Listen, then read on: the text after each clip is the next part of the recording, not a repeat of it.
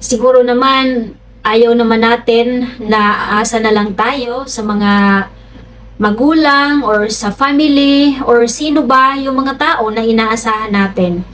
Meron din silang sariling buhay, meron din silang sariling future na kailangan i-build.